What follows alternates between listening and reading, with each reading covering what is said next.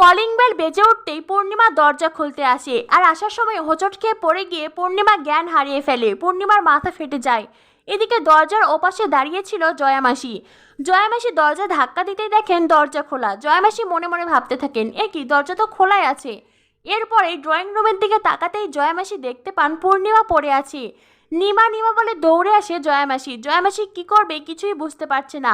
বাড়িতে সকলকে ডাকতে থাকে কিন্তু কেউ তো নেই, কে আর সাড়া দেবে। জয়ামাসি তখন মহারাজের বাবাকে ফোন করে সবকিছু জানায়। এদিকে মহারাজার পূজা দুজনে মিলেই পেঁয়াজ কাটছে। তখনই সেখানে মহারাজের বাবা ছুটে আসেন। মহারাজের বাবা ছুটে এসে বলে, মহারাজ, পূর্ণিমা পড়ে গিয়ে জ্ঞান হারিয়ে ফেলেছে আর ওর মাথাটাও ফেটে গেছে।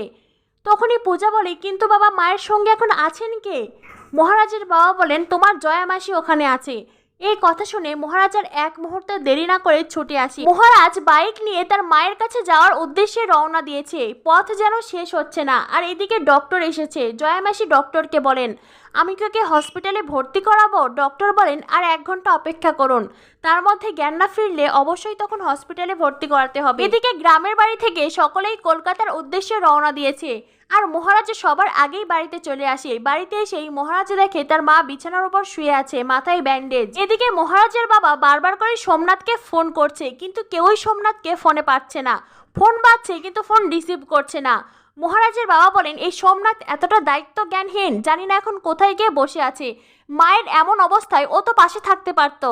ঠামি বলেন, তুই কি তোর বড় ছেলেকে আজ চিনছিস? সোমনাথ তো বরাবরই ভীষণ স্বার্থপর একটা ছেলে। মহারাজের বাবা বলেন, সে তো মহারাজে তার জীবন দিয়েই জানছে। তখনই পূজার মনে জেগে ওঠে অনেক প্রশ্ন। পূজা বলে, বাবা, আপনার এই কথার মানেটা কি?